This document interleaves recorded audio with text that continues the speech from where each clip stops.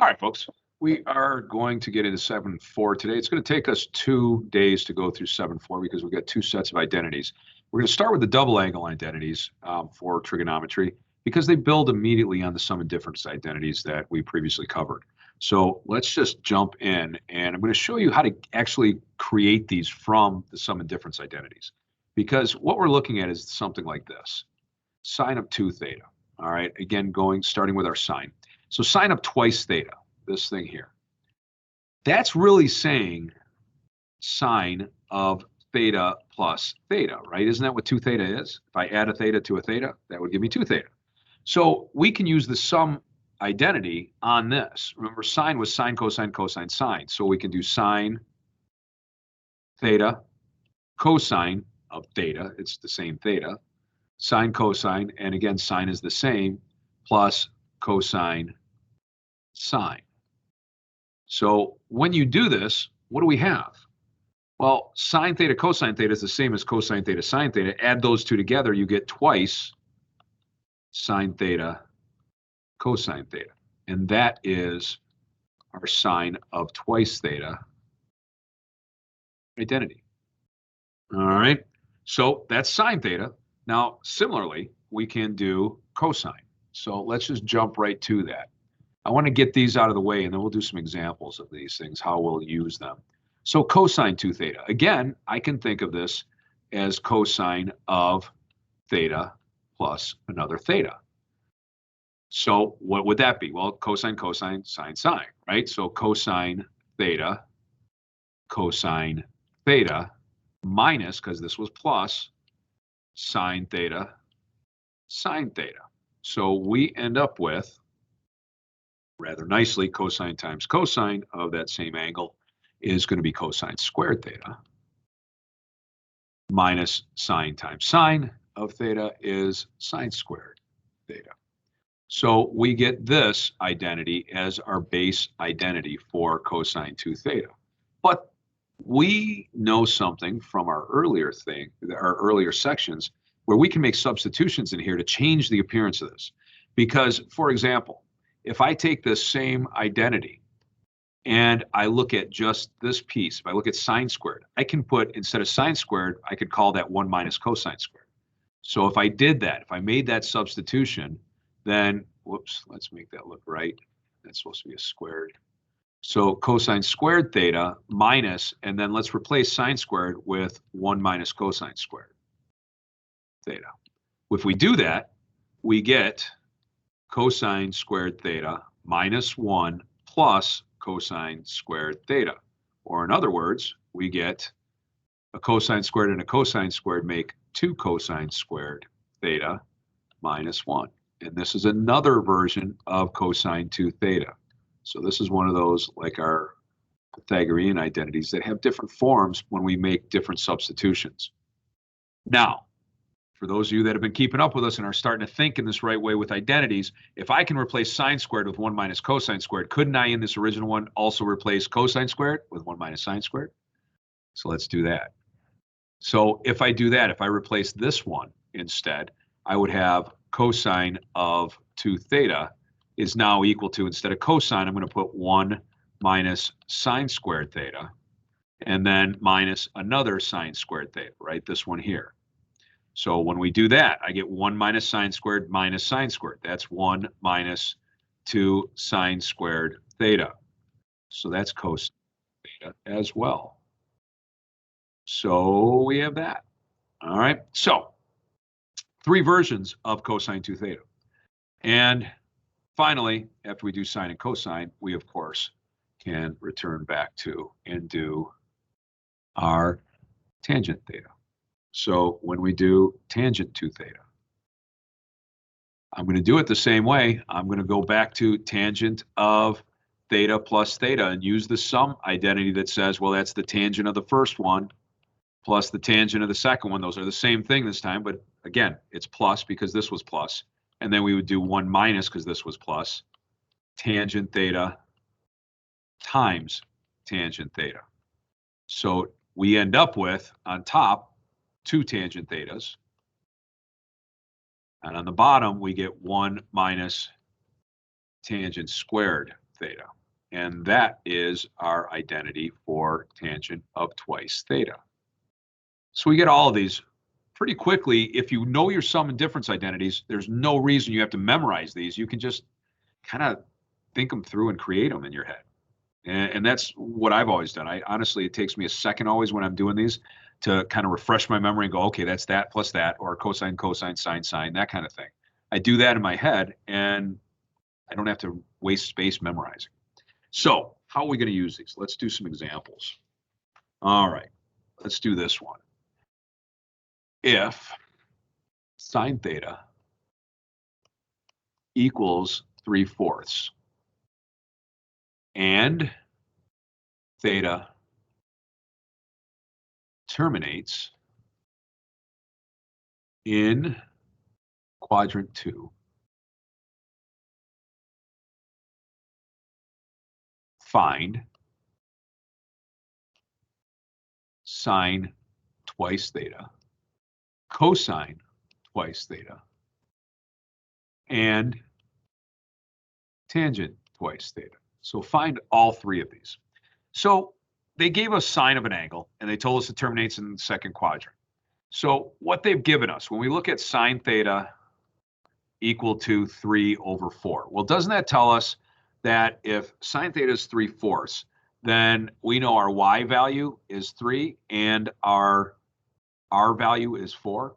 So we know that x squared plus 3 squared equals 4 squared. And that tells us that x squared plus 9 equals 16. And that makes x squared equal to 7. And x would be equal to, when I take the square root here, now I got to remember, when I take the square root of 7, it could be plus or minus. It told us quadrant 2. Well, x value in quadrant 2 is negative. So this is going to be negative root 7. So that's our x value. So now we know that x equals negative root 7, y equals, 3, and r equals 4. So we have that. So now let's go forward and find what we need. Knowing this information, let's find sine of 2 theta. Sine of twice theta. Okay, so we know sine of 2 theta is 2 sine theta cosine theta. And again, I know that because sine of theta plus theta is sine, cosine, cosine, sine. And you're just going to add 2 of those, so you get twice sine times cosine. And for us, what's that going to mean? That's 2 times, well, they gave us the sine of theta. Sine of theta was 3/4, right? And then we need cosine theta. Cosine theta, we can figure out. Cosine is going to be our x over r. So that's going to be a negative root 7/4. And we can multiply this out. Now, I want to think of this way. 2/1 times 3/4 times negative root 7/4. So on top, I will get 2 times 3 is 6 times negative root 7 is a negative 6 root 7. And on the bottom, let's see, what would I get? We would get 1 times 4 times 4, that's 16. We can reduce that, right? Because a 2 goes into both of these. It would leave a 3 there and an 8 there. And I believe that would be my answer, negative 3 root 7 all over 8. And we have sine of 2 theta. And it makes sense. If we think of our angle was in second quadrant, if I double that angle, it's going to be in third or fourth quadrant, which would make the sign negative, right? So it does make sense that this turns out to be a negative 3 root 7 over 8. So we have that. All right, so we've got sine done. Let's go on to a new page to start cosine. All right, for cosine 2 theta, we do cosine of twice theta. Again, this is cosine, cosine, sine, sine with a minus between them. So this is going to be cosine squared theta minus sine squared theta. But, and we could do it this way, but they gave us that sine theta was equal to 3/4, right, for theta.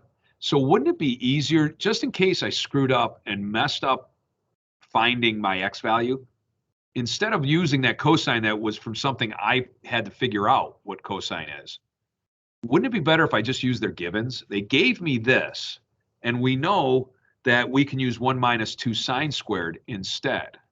Remember, that was an alternate form of cosine 2 theta. So if I use 1 minus 2 sine squared, I can use only my givens to do this. Now you could, again, you could use cosine squared minus sine squared. I'm just showing you why you might want to use one of the other forms. And this is one of those reasons. I would have done this where sine is 3/4, that thing squared. So now I can do 1 minus 2 times 9/16, which is equal to 1 minus 18/16, right? Because we think of this as 2 over 1 times 9/16. Which is 1 minus, what it was that? If we take 2 out of each of those, that's 9/8. So 1 minus 9/8. 1 is 8/8. Minus 9/8 would give me a negative 1/8. So if I have negative 1/8, and that's my cosine of twice theta, is negative 1/8, that tells me that my angle, whatever my theta was, when it was doubled, it put it in the third quadrant because cosine and sine are both negative, right? So the twice angle is going to be in the third quadrant because both its sine and cosine were negative. Just some other information we find from this. Nothing that you have to know, but I'm just saying that's one thing you can see right there. So again, cosine 2 theta is negative 1/8. Finally, we can do tangent theta. And if we do tangent 2 theta, tangent 2 theta is equal to twice tangent theta over 1 minus tangent squared theta. So this is where we've got to use something we found again, because we know when we went through this that our x value was equal to negative √7, our y value was equal to 3, and our r value is 4. So we do know that our tangent of theta should be y over x, or 3 over negative √7. And I'm going to leave it in this form. I know this is not rationalized, but I'm going to leave it in this form until after I put it in here, then I'll rationalize it when it's in there. I think it's easier to do that post substitution. You could, if you wanted to, call this negative 3√7 over 7 and put it in, and you'll be fine. You'll just have to reduce more when you're done. So let's just look at it this way right now. And when I do that, I get twice a negative 3 over √7. Whoops, that doesn't look like a 7. There we go. And then over 1 minus negative 3 over √7 squared. So this on top would be a negative 6 over √7 because we think of this as 2 over 1. I hope I didn't throw anyone by putting the negative on top here. The negative is there, but it's negative in front of the whole thing, so the whole fraction is negative, just to be clear. So we have negative 6 over √7, and then on the bottom, we're going to have 1 minus, this thing squared is going to be, a negative squared becomes a positive, so it's 9 over √7 times √7 is 7. And we end up with, let's go one step down and do negative 6 over 7. And this 1, instead of it as 1, I'm going to think of it as 7 over 7. Minus 9/7 is a negative 2/7. Oh, I said it, but I didn't write it. It's negative 6 over √7. So just correcting that. All right, so negative 2 over 7. 7/7 minus 9/7 is a negative 2/7. When we have this, negative 6 over √7, we can multiply by the reciprocal. That's negative 7 over 2, right? This is division by 2/7, means multiplication by the reciprocal. So this would be positive now. Negative times the negative is positive, and that's 42 over 2 √7. Well, right away, I can cancel that and get 21. And then I can multiply top and bottom by √7 because I have to rationalize that denominator. So I would have 21 √7 over, this is 2 times 7 or 14. And again, we have to reduce. So I did that kind of quickly. If you need to see that again, what I did is multiplied these two, got 42 over 2 √7. I canceled, I thought of this as 2 times 21. The 2 cancels with the 2 on the bottom. So I got 21 over √7. I need to get rid of that √7. So I multiply top and bottom by √7. And I get 21 √7 over 14. These both have a 7 in them, right? I think of this as 7 times 3, and this is 7 times 2. The 7s go away, and I'm left with 3 √7 all over 2.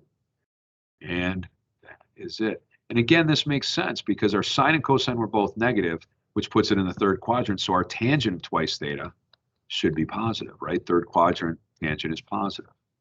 So that's it, guys. That's what you're going to be doing. You're going to be given problems of this sort where they're going to ask you to use your identities, and they'll also ask you to prove identities just by plugging in values and seeing if they work out. But this is the basic idea, all right? And so with no further ado, I'll send you off to the homework and fully expect that we'll have some questions tomorrow to answer and we'll work through it. So have a great day. I will see you tomorrow, or your teacher will see you tomorrow for questions, and we'll deal with it then. Have a good one, guys.